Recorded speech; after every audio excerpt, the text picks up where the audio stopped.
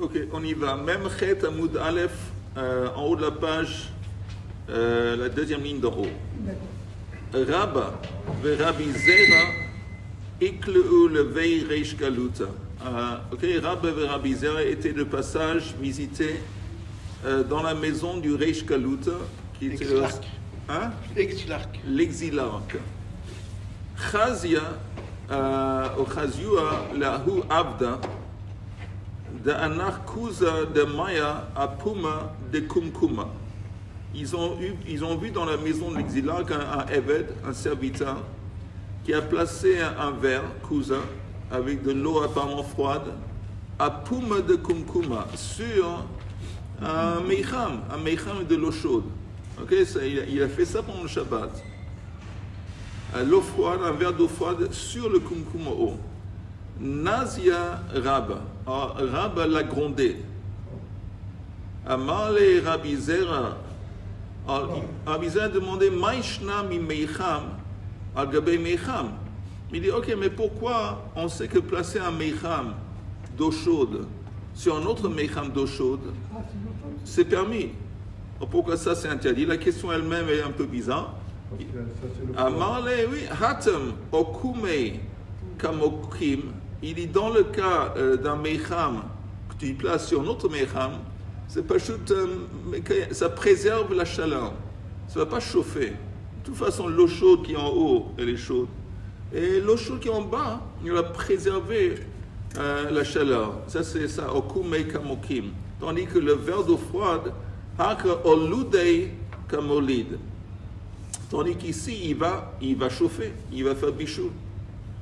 Bichou? Ouais, ben, tu mets un verre d'eau froide sur un kumkum qui est bouillant, l'eau bouillante ou très chaude. Alors, l'eau froide, elle va se chauffer. Elle va chauffer, oui.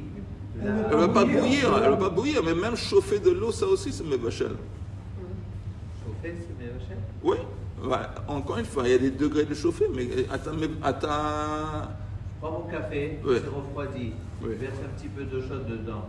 J'ai pas fait de la cuisson. Non, pas d'abord parce que ton café, il a un cliché-ni. Il a un cliché-ni. Ton café cliché-ni, je ne sais pas. Oui. Ici, on parle de mettre sur un kli rishon. Un kli rishon me vachal. Ok. Il dit Chazia. Hadar Chazia, encore une fois, une autre fois, il a vu un serviteur de Paras d'Astudar à Poumé de Cuba. Il a étalé un tissu, un foulard, un tissu, sur l'ouverture d'une cruche ou comment on dirait, une bouteille de liquide. Ve'anach natla il avait. Et sur la couverture qu'il a étalée au-dessus, il a placé comme une natla. Natla. Conserver la chaleur? Non, c'est possible qu'il y ait même, je ne sais pas s'il y avait de l'eau dedans ou pas. C'est un rachidi natla, c'est cliché shoavin yain minakuba. C'est un petit cli ustensile par lequel on puise du vin. Ah bon? Oui. Une petite louche. Ok. Comment tu dis? Comme une louche. Une louche, exactement. Il a placé la louche sur le tissu qu'il a mis sur la bouche, l'ouverture de cette truc de vin. Alors, Nazia Rabba l'a grondé, encore une fois. Amale Rabbi Zera Amai, pourquoi tu l'as grondé? Amale Hashta Chazit, maintenant tu vas voir. Quand il dit maintenant tu vas voir, ça veut dire que bientôt tu vas voir. Les sauf Chazia de Kamaatzarle. Après, il a vu que ce même serviteur a pris le tissu qu'il a étalé et il l'a essoré. Il a essoré. Pourquoi? Parce qu'apparemment, à cause du poids de l'ustensile du louche, c'est-à-dire, la louche, oui, à cause du poids, ça a descendu un petit peu et puis ça s'est mouillé avec ce qu'il y avait dans le cli. Après, il a essoré. Pendant Shabbat. Ah. Ben, on parle depuis 6 mois. C'est Masechet Shabbat, je te préviens, Chaim. Ouais, mais des fois tu nous dis que c'est Rol, des fois tu dis que c'est la. Non, c'est Mais Masechet Shabbat. Yom Tov. Yom Tov, c'est la même chose pour restaurer. Oui, la même chose. Hashta Chazit, le Sof Chazia de Kamat Saleh. Amarle Maishna mi Parunka. Alors, quelle est la différence avec ce fameux Parunka? Parunka, c'est aussi une espèce de tissu, mais qui est plus épais, qu'on étale au-dessus à l'ouverture d'un cli dans lequel il y a du liquide. Pourquoi ça c'est permis? Amarle Hatem, lo kapid ilave. Hacha kapid ilave. Comment on appelle ça? Le farunka, c'est une couverture que les gens ils s'en foutent. Ils s'en foutent si c'est mouillé ou pas. Tandis que le foulard, auparavant, dont on a parlé, oui, ça l'embête si ça va se mouiller. Et si ça l'embête que ça va se mouiller, justement, il risque d'oublier et d'essorer. Tandis que ça, c'est fait pour recouvrir, c'est fait pour se mouiller, il s'en fout. Et c'est pour ça que là, dans ce cas, ce serait permis parce qu'il n'y a aucun risque qu'il va essorer. Ok. Maintenant, on a dit velo beteben. On peut pas non plus, on peut pas faire hatmana à l'intérieur de teben. Teben, c'est la paille. Ba'amine Rav Ada bar Matna, mais Abaya. Alors, Rav Ada bar Matna demande à Abaya, mochin, shetaman behen, mao le taltelan beshabbat. Alors, encore une fois, mochin, c'est des morceaux de tissu, des morceaux de laine, des morceaux de coton, que normalement on les met de côté pour les écraser et pour les transformer en feutre. Ok, donc ça a une valeur, mais c'est comme on est à quelque chose, c'est mouxe. Ok, maintenant la question est, si auparavant, avant le Shabbat, tu as utilisé ces mochines en tant que couverture pour recouvrir et préserver la chaleur d'un objet. C'est quoi mochin? Mochin, j'ai dit que c'est des espèces de tissus, des morceaux de tissu, des morceaux d'habits, des morceaux de laine, des morceaux de coton qu'on va en fin de compte écraser ensemble pour les transformer en feutre. Comme des torchons. Et la question est, après qu'il a utilisé en tant que couverture pour faire hatmana, est-ce que dorénavant ça assumait un statut de cli et donc on pourrait les transporter ou non? Le fait que tu l'as utilisé une fois avant le Shabbat, ok, mais ça ne veut pas dire que c'est un cli. Même après que tu as pris pendant le Shabbat la casserole que tu avais mis à l'intérieur, ça ne veut pas dire que maintenant, au domaine d'avant, pendant le Shabbat, tu es autorisé à transporter ces mochines. Okay? Encore une fois,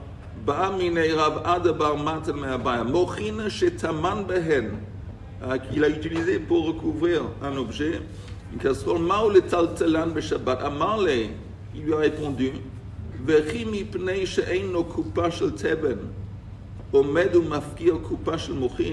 qu'est-ce que tu penses?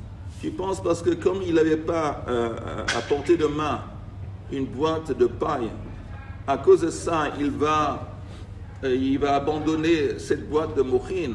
La boîte de mochin, ça a une valeur. La paille, pas du tout. Pourquoi il a utilisé le mochin? Parce qu'il n'avait pas de paille qui était disponible. S'il avait de la paille ou quelque chose d'autre, il aurait utilisé ça. Alors, ce n'est pas parce qu'il n'y avait pas de paille qui était disponible qu'il a décidé de la hafkir que maintenant ce mochin pour lui, il ne va pas l'utiliser pour les feutres, il utilise. Non, ça reste du mochin, ça conserve son statut de mochin, et c'est moukse. Regardez juste un Rashi. Le Rashi qui dit.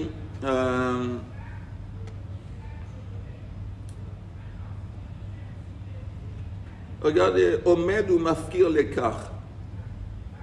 Vous voyez?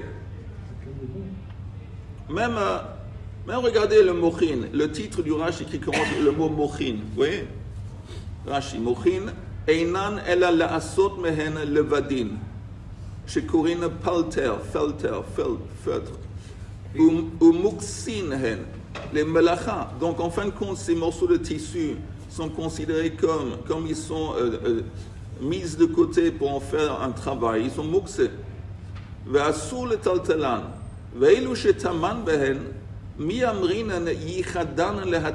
Est-ce que le fait, est-ce qu'il a eu en tête dorénavant de les utiliser comme couverture? Et si c'est comme ça,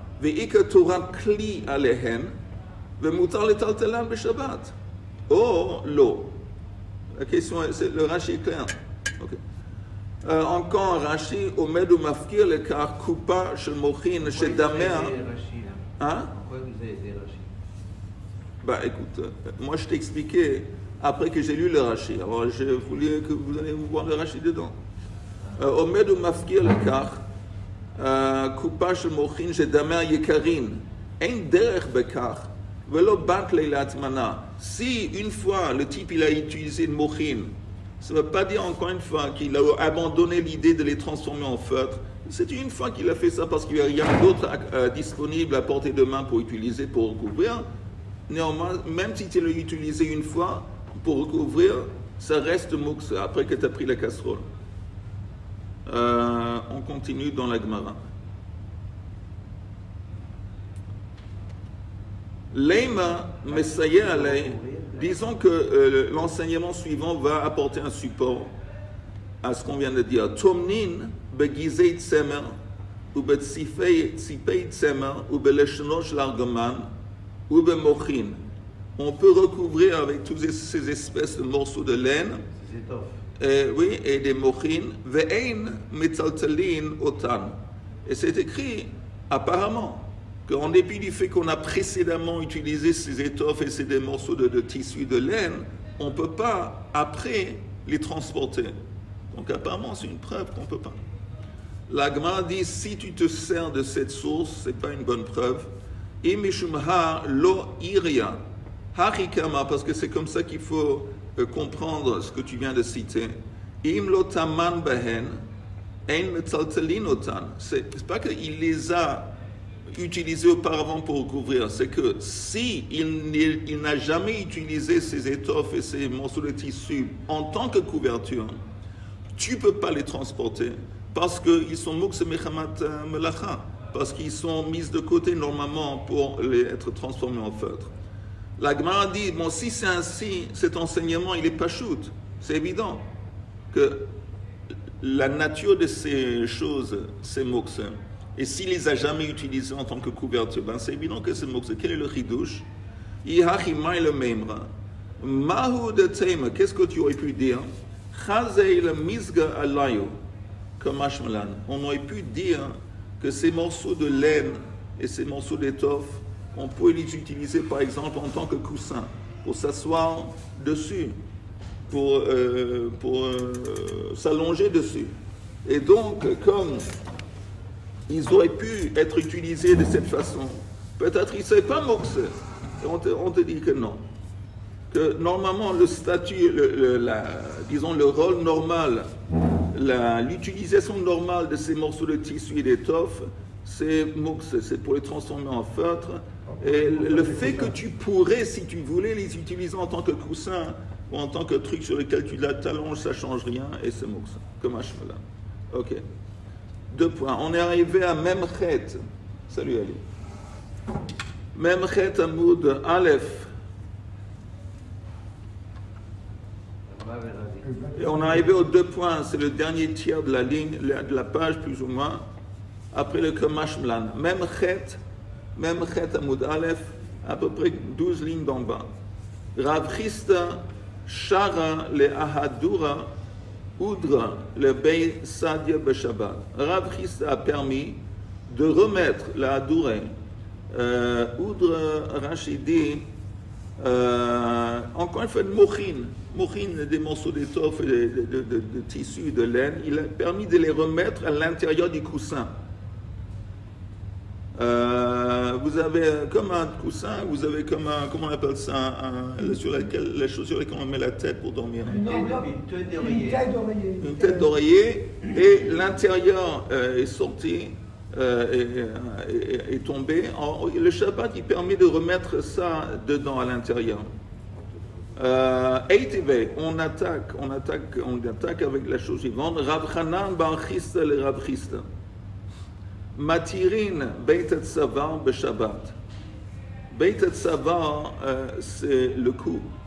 On a un habit, vous avez comme un pullover, je ne sais pas quoi, une chemise. Et apparemment, le cou a été... Le col, merci. Le col a été collé ensemble. C'est collé ensemble. Lui, il dit, tu peux l'ouvrir. Cousu ensemble, exactement. Hein? Dénoué, c'est dénoué. Il a été noué en fait, c'est-à-dire qu'en Oui. fait, parce qu'à un lavage, il y a eu un... Oui, apparemment, exactement. On parle que quand on va laver des habits, alors pour faciliter, tremper l'habit dans le truc, on ferme le col des habits et on les ferme ensemble. Après, à nouveau, on détache. Alors, il dit c'est permis de détacher ce truc Beit Tzavar pendant le Shabbat. Avalo potrine. Potrine, ça veut dire qu'on ne peut pas ouvrir quelque chose, un col qui n'a jamais été ouvert auparavant. Disons un nouvel habit. Un nouvel habit, et justement ce qui reste à faire avec cet habit, c'est d'ouvrir le col pour que ça soit utilisable. Alors ça devient quoi? Pourquoi on ne peut pas faire ça le Shabbat? Parce que tu Hein? finis. C'est découpé. Non, Oui, mais pourquoi? Quel est le problème d'ouvrir ce col qui n'a jamais été... Oui, ça, c'est hein? Fabrique un ami. Il a fait, oui, ça s'appelle Makebe Patish. Oui, Makebe Patish, encore une fois, c'est le dernier acte qu'il faut faire pour compléter un objet, un cli. C'est comme Makebe Patish.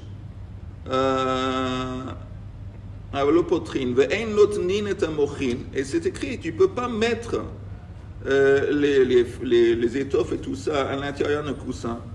Lo letoch hakar, velo letoch hakeset, beyom tov. Tu ne peux pas faire ça Yom Tov, à plus forte raison, tu ne veux pas le faire le Shabbat. c'est quoi, un cadre? Pardon? Là, c'est un coussin. Un coussin? Un car, c'est un coussin. Et- Qu'est-ce c'est plus ou moins la même chose? C'est la même chose, plus ou Là, moins. c'est un édredon. Hein? C'est un édredon. Carit, c'est Un édredon. C'est quoi un édredon? un point d'ouverture comme ça. Ah, ok, Vein tzarich lomar b'Shabbat. Maintenant, on voit ici dans cette braïta qu'on ne peut pas. On ne peut pas mettre à l'intérieur d'un coussin des étoffes ou de la laine. On ne peut pas. Alors, comment lui, il a dit que c'était permis?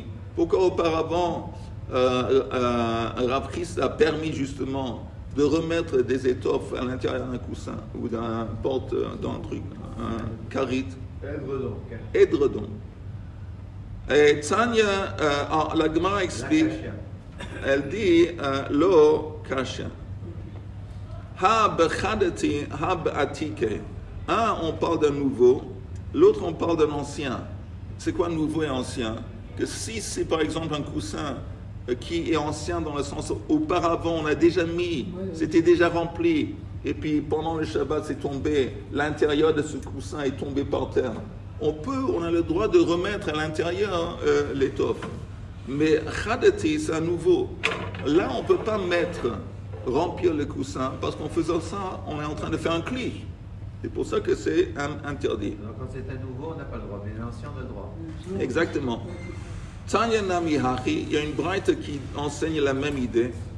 Ein notnin et amochin, lo letoch hakar velo letoch hakeset, beyom tov.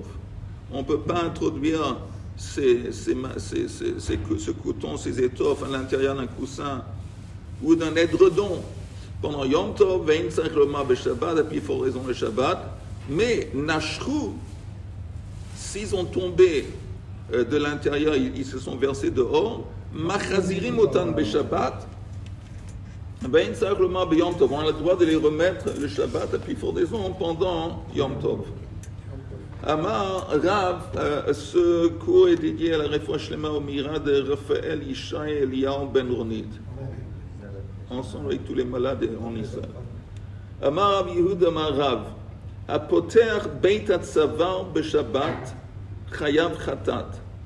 On avait dit que quelqu'un qui a ouvert le col d'une chemise quelconque le Shabbat, il a transgressé le Shabbat. Il a fait une avéra. Il a fait un cli. Encore une fois, il a fait makebe patish. Et s'il a fait ça par inadvertance, il est chayav korban khatat. Matkif la Rav Kahana. Rav Kahana, il sort à l'attaque. On tourne la page. Il y a des choses qui ne sont pas très compréhensibles. Vas-y, Ellie. Pour s'habiller, il faut bien dire. Oui, absolument. Non, mais si tu as... Ça, et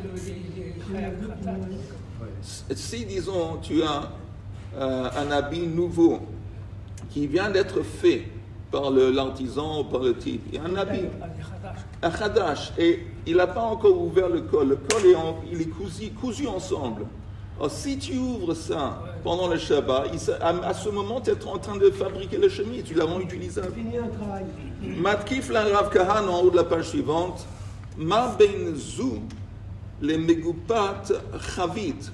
Il dit, quelle est la différence entre l'interdiction d'ouvrir le col et la permission, l'autorisation de briser le couvercle sur un tonneau de vin?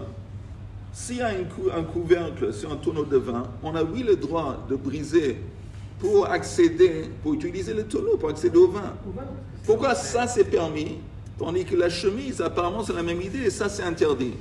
Tu fais un trou pour utiliser la chemise. Tu fais un trou dans le couvercle du tonneau pour utiliser le contenu. Ok, mais l'utilisation, en fin de compte, ça revient au même. Tu casses, tu brises pour utiliser. Alors pourquoi briser pour utiliser dans le cas du tonneau c'est permis, dans le cas de la chemise, l'habit c'est interdit? Amar le Rava, ze chibur veze eino chibur. Il dit la différence, c'est que un est considéré comme s'il était collé et l'autre pas. Ça veut dire, regardez le Rashi. Regardez le Rashi qui dit Megupa. C'est la troisième ligne d'en haut. Eina mina chavit atzmo. Le couvercle n'est pas considéré comme faisant partie intrinsèque du tonneau. Même si ça a été bien fermé au-dessus du tonneau. Eino chashuv chibur. Pourquoi? C'est pas considéré comme si c'était vraiment collé au tonneau. Pourquoi? Shaharei linatel omedet. Parce que le but de ce couvercle, c'est de l'enlever. La raison est, c'est de l'enlever. Avla beged chez Ne'erag kulo chibur. Tandis qu'un nouveau habit qui a été fait, c'est pas un truc qu'on a apporté de l'extérieur et qu'on a collé au-dessus. Ça fait partie intrinsèque de l'ensemble de l'habit. L'habit, il est fermé où il y a le col. C'est pas la même chose. La couverture, le couvercle du tonneau, il vient de l'extérieur. Et il a été mis dessus dans le but de l'enlever plus tard pour l'utiliser. Tandis qu'ici, un habit, quand il vient, il est nouveau.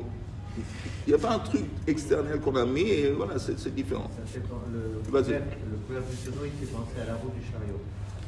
On avait dit que ne reçoit pas la touma. Que le chariot, il ne reçoit pas la touma. La roue, oui, mais pas la touma. Et vice-versa. Mais seulement dans le cas, exactement. Seulement dans le cas où on peut l'enlever et le remettre. Exactement.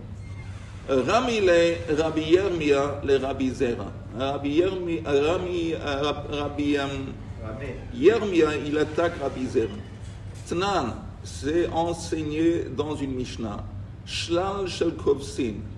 Shlal shel kovsin, vous avez un paquet d'habits qui ont été ligotés ensemble pour faciliter, pour les tremper dans de l'eau, pour les nettoyer.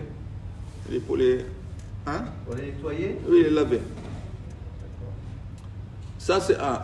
L'autre chose, shal shelek shel mafterot. Vous avez plusieurs clés aussi qui ont été ligotées ensemble. Ve'abeged shetafur bekilaim. Et vous avez un habit qui a été...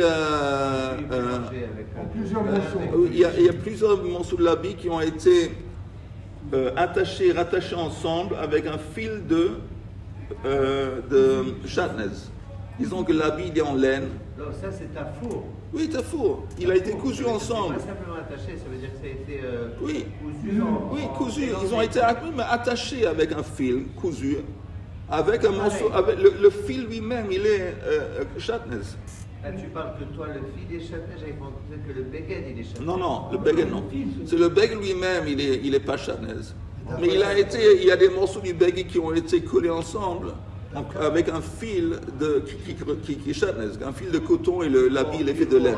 C'est pas un problème. Pourquoi c'est pas un problème? Parce que tu portes le vêtement, quand tu vas prendre le vêtement, tu vas pas le porter avec le fil qui le ligote, tu vas enlever le fil qui ligote pour mettre le vêtement. Non, c'est un fil court, 2 pièces de vêtement. C'est le fil à coudre. Ah, c'est un fil qui réunit deux parties du vêtement. Exactement. Exactement. Oui. Comment on appelle ce vêtement, il devient... Non, on ne parle pas du... C'est pas ça, mais on est en train de parler du fait est-ce qu'on a le droit de défaire ses nœuds pendant le Shabbat. Ouais, j'ai compris. Moi, je voulais juste savoir si ça avait une... Ah, la signification de chatnez. L'interdiction ou pas, oui. Déjà d'avoir le fil chatnez, est-ce que ça rendait le vêtement chatnez? Oui, dans le sens que tu peux pas le mettre cet habit parce qu'il est replié. Il n'est pas utilisable. Mais si tu avais froid et tu te recouvrais avec alors tu fais un interdit de la Torah. Parce que tu prends un matériel qui consiste de chatnez. Parce que maintenant il y a des fils de coton qui sont liés avec la laine. Non. Le fil, il n'est pas chatnez. Il est en lin. Le fil est de lin, l'habit est de laine. Oui, je l'ai dit, c'est plus. Ça dit le fil, il est chatnez. Non, j'ai dit, le fil, il est de coton et l'habit est fait de laine. Ok, mais regardez le Rashi. Regardez juste le Rashi qui dit Shalal shel kovsim. Darkam lishlol habegadim ze im ze ktanim im agdolim kedei shelo yabdu. Ils avaient à l'époque l'habitude de rattacher des habits ensemble, des grands habits, des petits habits. Encore une fois, c'était pour les laver, mais aussi pas seulement pour les laver, pour les transporter, pour qu'il ne va pas y avoir un habit qui va se perdre. Peut-être, encore une fois, il y a une livraison, on transporte des habits jusqu'à la... Comment on appelle ça l'endroit où on lave les habits? Jusqu'à la blanchisserie.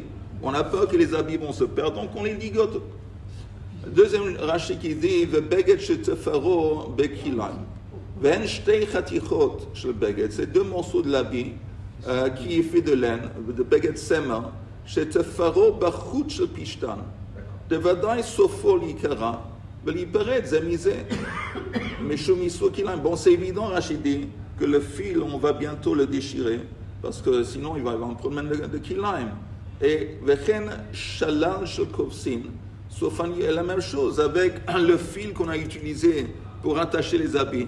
Aussi, c'est temporaire, c'est transitoire, parce qu'on va devoir l'enlever bientôt. Néanmoins, afilu hachi rachidi, chibur le tuma, veim nitzma ze. Tant qu'ils sont rattachés ensemble, ils sont considérés comme faisant partie d'une unité. Ça veut dire quoi? Que s'il y a un morceau qui devient tamé, automatiquement les autres éléments qui sont rattachés sont impliqués et aussi deviennent tamés. Tout est réceptable. Même un lien qui est temporaire, un nœud qui a été fait simplement pour quelques minutes, quelques heures, tant qu'ils sont rattachés, ils sont considérés comme faisant partie de... C'est un rigour le tout Mais même s'ils ne sont pas attachés, et même s'ils sont stables, un touche l'autre, la touma elle passe. Non. Si tu as plus... Et il y a une autre couche. Non, si tu as plusieurs objets, plusieurs clés ou plusieurs habits, ils sont je sais pas, entassés. Ils sont entassés un sur l'autre. Et il y a un chéris qui touche un habit. Alors c'est seulement l'habit qui a été touché qui concernait, impliqué. Les autres habits, non. Ah bon? Oui. C'est seulement s'ils sont considérés qu'ils sont attachés. Pardon? On avait dit que c'était un seul objet. Oui, parce qu'ils ont été rattachés ensemble. Donc s'il y a un morceau qui est... Alors là, s'il y a un morceau qui devient tamé, automatiquement les autres habits aussi. Mais il dit, mais même s'ils ne sont pas attachés. C'est-à-dire que si tu avais des habits qui t'ont entassés un sur l'autre, alors là, c'est pas la même chose. Mais ça contredit l'histoire du chariot avec les roues. Pourquoi? Les roues sont attachées au chariot. Exactement, ça ne contredit pas. Si, parce qu'on a dit si c'est tamé, les roues sont tamées, le chariot n'est pas forcément, et vice-versa. Il a fait. Tu dis que l'histoire du roue, on avait dit que tant que la roue, c'est quelque chose qu'on peut détacher du chariot, détacher et remettre, même quand c'est attaché, ça ne fait pas partie. Oui, c'est une bonne question. Ça valait la peine de venir ce matin juste pour entendre ces questions. Moi, j'ai pas entendu. il dit que nous, on est en train d'apprendre que vous avez plusieurs objets qui sont liés ensemble. Ok, maintenant, tant qu'ils sont liés ensemble, c'est écrit ici que c'est Chibour le Touma. C'est-à-dire que s'il y a la Touma qui touche un de ces objets, automatiquement les autres objets sont concernés, sont tamés aussi. Parce qu'ils sont liés ensemble. Alors, si on a demandé, mais on a appris auparavant avec le chariot et la roue du chariot, que tant que la nature de la roue est qu'on peut la détacher et la remettre, même quand elle est attachée, elle n'est pas considérée comme Chibour le Touma. Elle est considérée comme une entité à part. Il y a, à mon avis, une différence. Quelle est la différence? Parce que dans le cas du vêtement, les séparer ne donne aucune utilité à l'un ou à l'autre séparé. Si on prend un vêtement qui est deux pièces de vêtement qui permettent qu'on mette la veste, la jaquette, si on sépare une manche, elle n'a aucune utilité. Non, pas une manche. C'est plusieurs habits qui vont être envoyés, livrés aux blanchisseurs. Et pendant la livraison, on les attachait ensemble avec un fil. Oh, c'est pas important. C'est attaché pour un client. Oui, mais grave. Si dans la roue, on avait mis de l'argent, comme vous avez dit la dernière fois, donc c'est moukté. Non, mais oui. Alors là aussi, sans entrer dans le truc de Moux, j'aimerais essayer d'arriver à la réponse très vite, si c'est possible, de la question de Sion, qui est une très bonne question. Alors, c'est peut-être qu'il a répondu à moitié. C'est peut-être que les roues, sans le chariot, n'ont aucune utilité. L'un ne va pas sans l'autre. Alors que les vêtements, si on les sépare, ils ont chaque vêtement a une utilité. Contrairement au chariot, aux roues, si on sépare les roues du chariot, les deux n'ont plus d'utilité. Moi, j'aurais dit l'inverse. C'est four, de rabat. Si tu prends quelque chose qui n'a pas vraiment une fonction indépendante, au contraire, quand c'est lié ensemble, même transitoirement, quand c'est lié ensemble, il faut raison que ça fait partie de l'ensemble. Ici, il faut. Si les habits, chacun il a une fonction indépendamment, alors on devrait dire que le fait qu'ils sont liés ensemble, Asma. Et néanmoins, on voit qu'ils sont impliqués.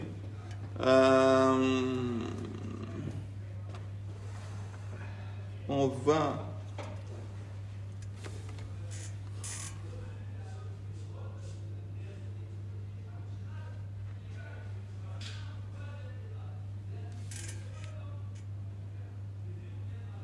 Une bonne question.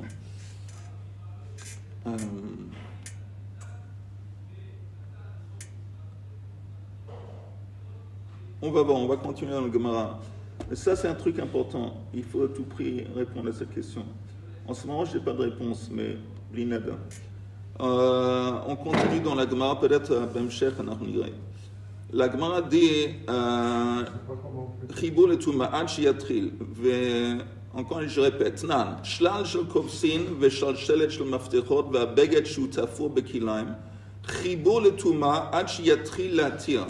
C'est considéré comme un chibour jusqu'au moment où le tigre commence à défaire le nœud. Une fois qu'il commence à défaire le nœud, le fil qui rattache ces objets ensemble, alors là, ça veut dire qu'il n'est pas intéressé, même s'il n'a pas fini de les défaire, l'acte de commencer à les défaire, c'est fini. À partir de ce moment, ils sont plus considérés comme étant, faisant partie d'une unité. Et la Gemara dit Alma shelo b'shad melacha nami chibour. Il dit donc on voit que même quand ils ne sont pas en train d'être utilisés, quand ils sont ensemble, ils sont considérés comme étant unis. Ça veut dire quoi? Disons les habits, le blanchisseur. La melacha en question, ce que peut-être c'est possible qu'ils vont tremper tous ces habits d'un coup, d'un trait, dans de l'eau. Ça, c'est Shad Melacha. Mais on voit que même quand ce n'est pas Shad Melacha, même pendant la période dans laquelle on transporte les habits, là aussi, c'est considéré comme un chibour. Disons, quoi d'autre bon. Rashi dit, Shlo B'Shad Melacha. Rashi. כגון שלל של כובסין, שלא הוצרח לשוללו, אלא משום שעת כיבוס. La seule raison, Rashi dit, qu'ils ont été ligotés ensemble, ces habits, c'est pour les tremper ensemble au même moment dans l'eau. Mais il dit même, Néanmoins, même après qu'ils ont été trempés, ou avant qu'ils ont été trempés, que chez Shlosh Beshat Melacha, c'est considéré comme un chibour. Alors la Gemara dit, Al Shlosh Beshat Melacha Nami Chibour. Urminu, on apporte une objection. Après, une fois que ça a été détaché, c'est plus un chibour. Non, mais après qu'ils ont été trempés dans de l'eau. Oui. Et avant que tu les as détachés, alors c'est toujours considéré comme un chibour. La raison d'être apparemment du chibour, c'est pour les tremper ensemble en même temps. Pour pas que ça se perde. Non, apparemment non. Là, j'ai dit que la raison d'être, la raison pour laquelle tu as ligoté ces habits ensemble, c'est que quand tu les trempes dans de l'eau, tu les trempes ensemble. Oui. Tu n'as pas le temps de faire habit par habit, tu les trempes ensemble. D'accord. Ok, alors ça c'est Shat Melacha. Ça veut dire qu'après que tu as fait ça, ou avant que tu as fait ça, alors c'est pas Shat Melacha. Et néanmoins, le fait qu'ils sont ligotés ensemble, ça s'appelle un chibour. Alors la Gemara dit, bon, je constate que même quand on apporte une objection. Makel she'asa yad le cordon, chibour le touma beshat melacha. Un manche, on dit un morceau de bois, un bâton, qu'on a utilisé en tant que manche pour une hache. Cordon, c'est une hache. Cordon, c'est une hache. Alors, ce morceau de bois, c'est considéré comme un chibour à la lame, mais c'est écrit ici, beshat melacha. Beshat melacha, c'est quand ils sont ensemble. Beshat melacha in, shlo beshat melacha lo.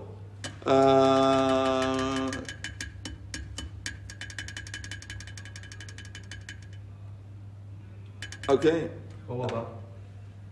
Tu as attaché un bâton à la lame d'une hache. Le manche de la hache.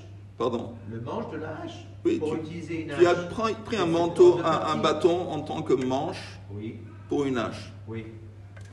Mais c'est ensemble. Kelly, bien sûr. Maintenant, pendant que tu travailles avec, apparemment c'est considéré comme une unité.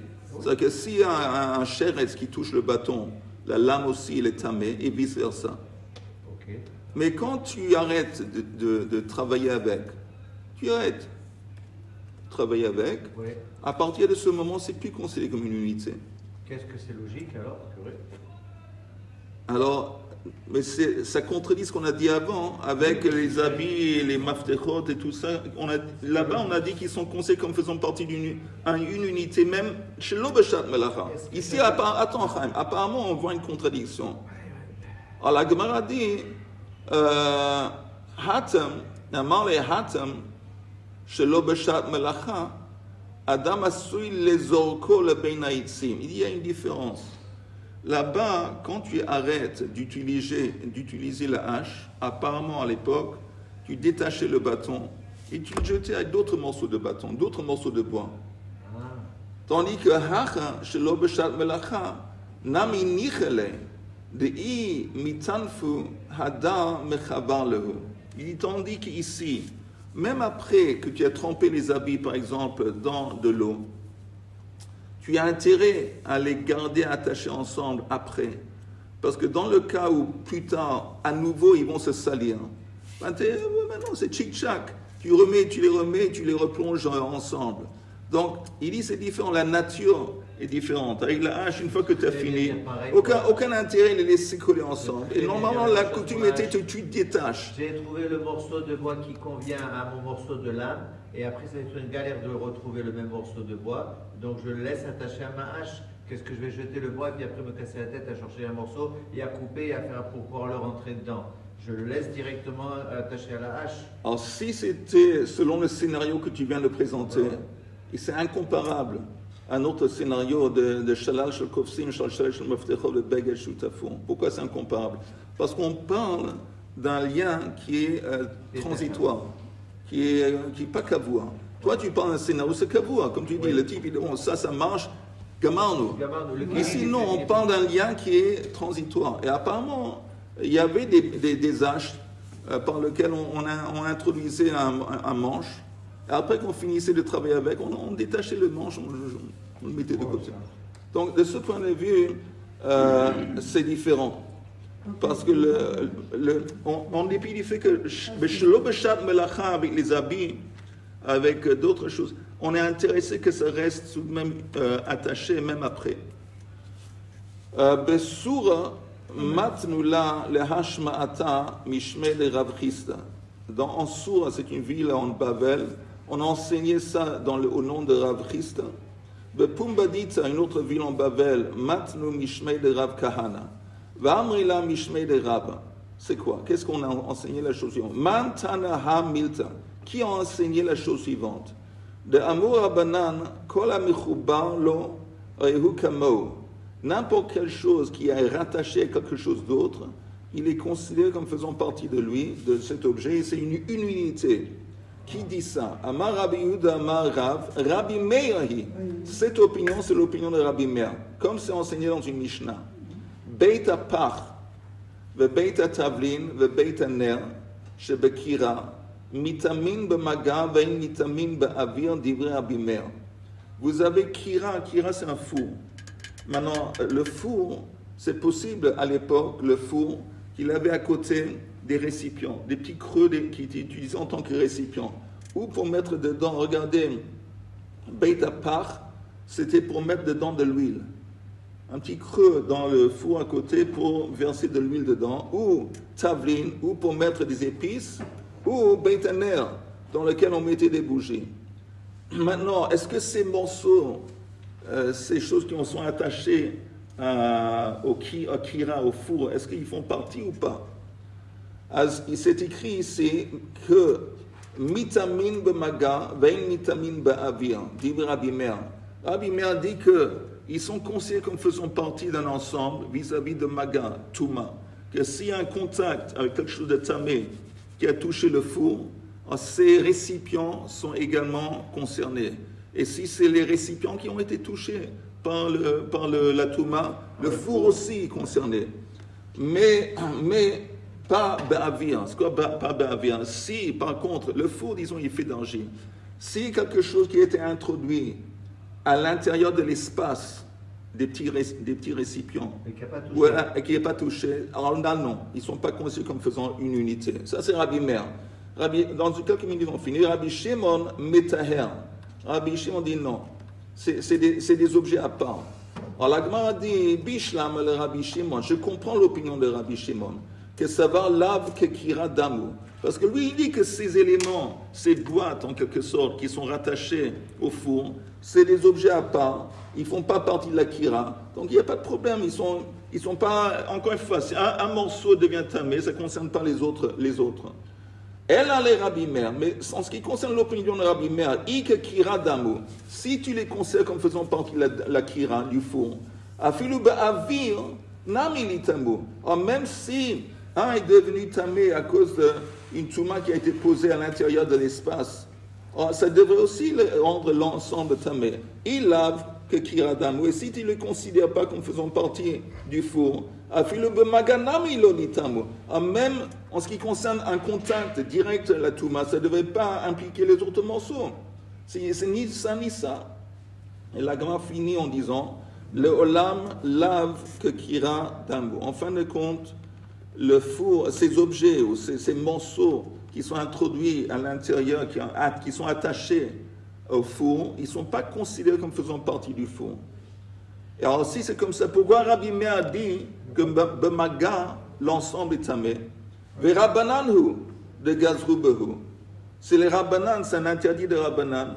Et c'est eux qui ont décrété que si un élément est impliqué par la touma, automatiquement ça impacte sur les autres. Alors la Gemara demande, I gazrubehu afilu ba'avir nami ilitamu. Or, une fois qu'ils ont décrété comme ça devrait aussi impacter sur le scénario où la touma était simplement posée à l'intérieur dans l'espace, sans toucher les parois.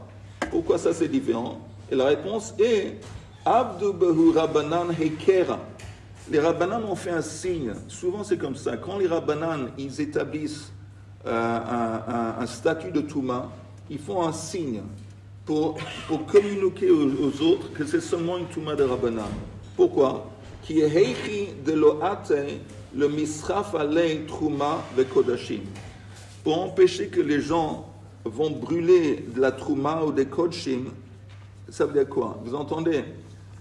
Si la trouma ou des kodshim, des morceaux d'offrande, des choses qui ont été consacrées pour le temple, s'ils deviennent tamés, qu'est-ce qu'il faut faire? Il faut les brûler. Il faut les brûler. Mais il y a une interdiction de les brûler s'ils ne sont pas tamés. Si on parle d'une trouma des Rabbanan, disons il y a une trouma qui a touché un autre morceau du four, des Rabbanan, c'est tamé. On dit, oh, ma trouma elle est tamée, alors je vais la brûler. On dit non, parce que regarde bien, constate que c'est pas seulement des Rabbanan. C'est quoi la preuve? Que normalement, s'il y avait aussi, c'est moitié tamé. C'est quoi un moitié tamé?